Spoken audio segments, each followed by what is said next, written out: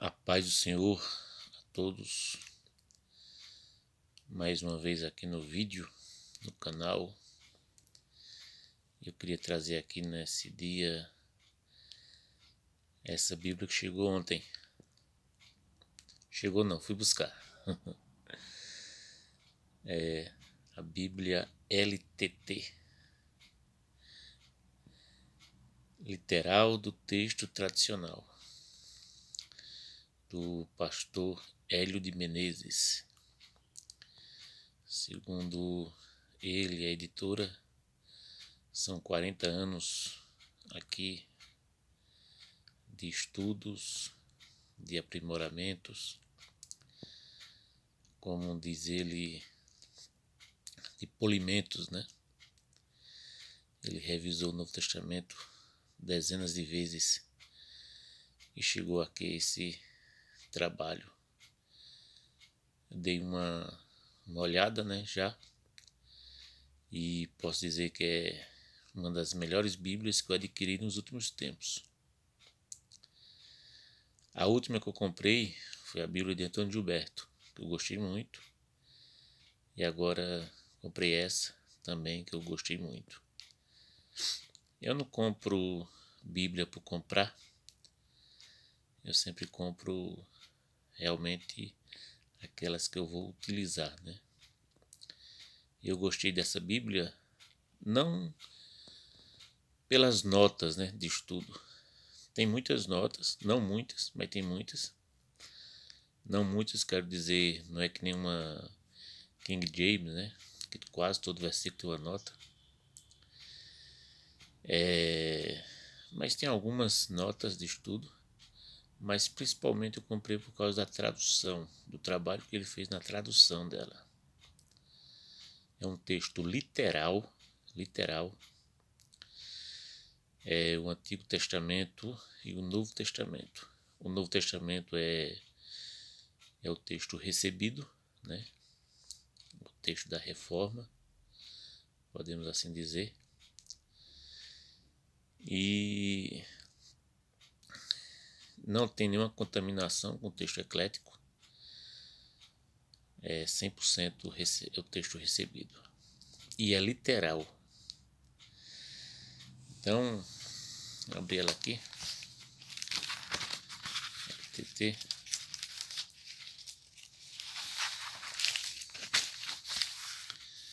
Tem aqui a introdução, a dedicatória, como utilizar, né? Tem o histórico dela, como utilizar ela. Mas eu queria abrir aqui no livro de Gênesis. Podemos ver aqui o nome de Jesus, as palavras de Deus, né, no Antigo Testamento, e as de Jesus no Novo Testamento em vermelho. Aqui no livro de Gênesis aqui, tem sombra. Aqui.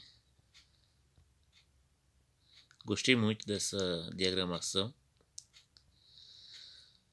Aqui Gênesis 1, né? Versículo 1. N, né? Princípio absoluto de Deus criou céu e a terra. Esse é o texto bíblico. Mais nada. Isso é o que está escrito no texto hebraico. Aí temos aqui em cima, né? Que tá pequeno aí, não sei se dá para enxergar. Vamos ler de novo. No princípio absoluto de todas as coisas. Aí pequeno, superior, itálico, superior. Letrinhas miúdas. Essa palavra, todas as coisas, não está na Bíblia. Não é original. Não está no original. Porém, para facilitar a nossa compreensão do texto, é colocado esse itálico menor aí, né?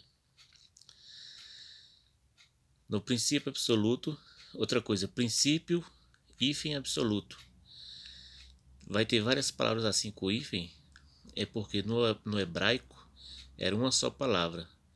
e o autor ele quis traduzir palavra por palavra, né? Então, aquela palavra no hebraico dá a entender princípio absoluto no português. Não existe uma palavra equivalente em português para ela, né?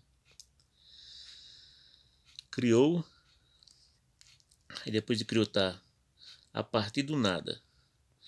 É outro itálico que não está no original, mas é para nós compreender melhor. Então, o superior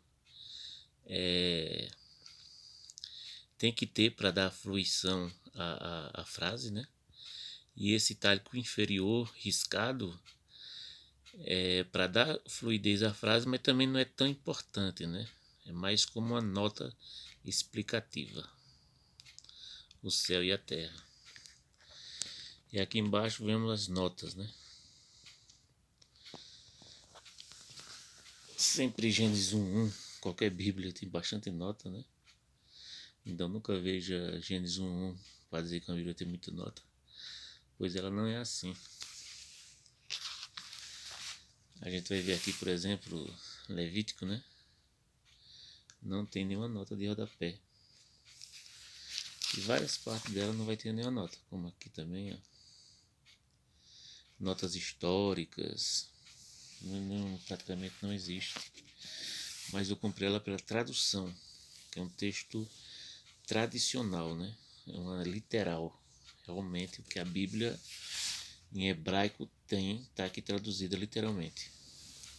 Aí tem essas pequenas notas aqui ao longo do texto. Esse 1 aí circular. São algumas notas que o autor colocou no decorrer do texto. Então o texto da Bíblia é todo assim: itálico superior, itálico riscado inferior. Lembrando, não estão no original essas palavras, não estão no original. As Bíblias modernas colocam para dar fluidez ao texto, porém não é a palavra original. Então o autor aqui ele fez questão de deixar bem destacado que não é no texto. A palavra do texto são as palavras normais aqui, são realmente traduzido palavra por palavra, né? Abrir aqui no Novo Testamento.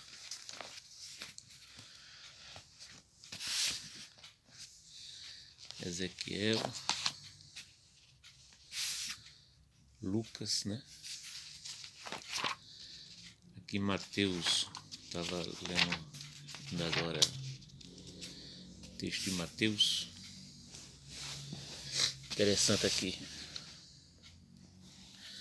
Eu já preguei nesse texto aqui, versículo 19. E eu frisei isso aqui. Fiz uma pesquisa, né? E frisei que muitas traduções estão um pouco equivocadas, né? Versículo 19. Havendo ido, portanto, ensinar e fazer discípulos de todas as nações, submergindo-os para dentro de o nome do Pai, o Pai, e do Filho e do Espírito Santo. O que está em grego é isso aqui. Isso aqui é uma tradução literal do grego. Então, fazer discípulo, né? Ou então, ensinar e fazer discípulo. Então, existe uma palavra grega, não recordo agora, mas que dá esse sentido aqui no português. Ensinar e fazer discípulos. E algumas traduções só está ensinar, mas esquece do fazer discípulos, que aqui é um processo, né? Ensinar, não só ensinar, mas fazer discípulos. Ensinando-os a preservar e obedecer, que é uma palavra só no grego, todas as coisas, tantas e quaisquer quanto eu vos ordenei. E eis que eu convosco estou todos os dias até a complementação do tempo. Então, aqui podemos dizer que é o tira-teima mesmo, né? Acho que é uma das melhores traduções que existe. Alguém falou que é complicado, é difícil. Mas quem se presta a estudar a Bíblia é difícil mesmo. O grego é difícil, o hebraico é difícil. Estudar, analisar, buscar, ponderar. É difícil, não é fácil, não é mamão com açúcar, né? Tem gente até falando em traduzir as obras de Machado de Assis, por exemplo, para o português moderno. Ou seja, ensinando sempre o caminho fácil, mas esse caminho fácil, na verdade, inibe o aluno de estudar. Então, o caminho difícil nos motiva, né? Nos motiva a procurar, a buscar diligentemente, né? Entender. Se fosse tudo fácil, fácil, a gente não aprenderia nada. Então, essa Bíblia aqui, ó, é a Bíblia mais literal que temos em português. Recomendo mais essa Bíblia do que a linguagem de hoje ou a Bíblia Viva, que não é Bíblia, aquilo ali não é Bíblia. A Bíblia linguagem de hoje e a Bíblia Viva não é Bíblia. Tem o nome de Bíblia, mas não é Bíblia. Ali é uma paráfrase. Ou seja, é como se eu lesse aqui, né? Esse capítulo aqui, esse versículo 20 de Mateus, 28 e 20, e eu escrevesse o que eu achei desse texto. Foi o que a linguagem de hoje fez, foi o que a Bíblia Viva fez. E a Bíblia, a mensagem também. O cara lê isso aqui, eu acho que é assim. Aí faz uma paráfrase, né? Eu acho que está escrito assim e escreve. E vende como Bíblia, mas não é Bíblia. Isso aqui é Bíblia. Isso é Bíblia. Isso aqui é Bíblia.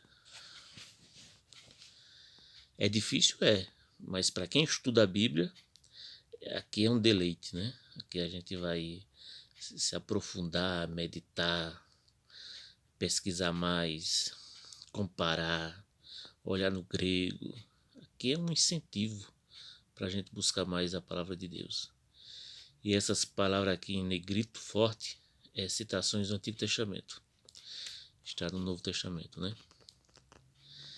Então, meus irmãos, eu amei essa Bíblia. Essa tradução aqui, realmente, eu gostei muito. Além de ser o texto recebido, né? O texto Receptus, é o texto da Reforma. E não tem nada de texto crítico aqui. O texto crítico é um texto arqueológico, sem família.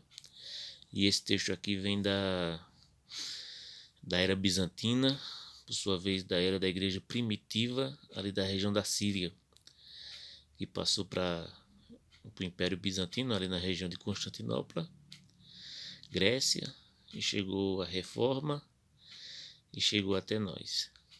Então esse texto aqui é um texto que tem linhagem, né? Desde a igreja primitiva até hoje, esse texto tem evoluído, tem andado, né? Tem sido copiado. E o texto crítico, ou eclético, é um texto arqueológico.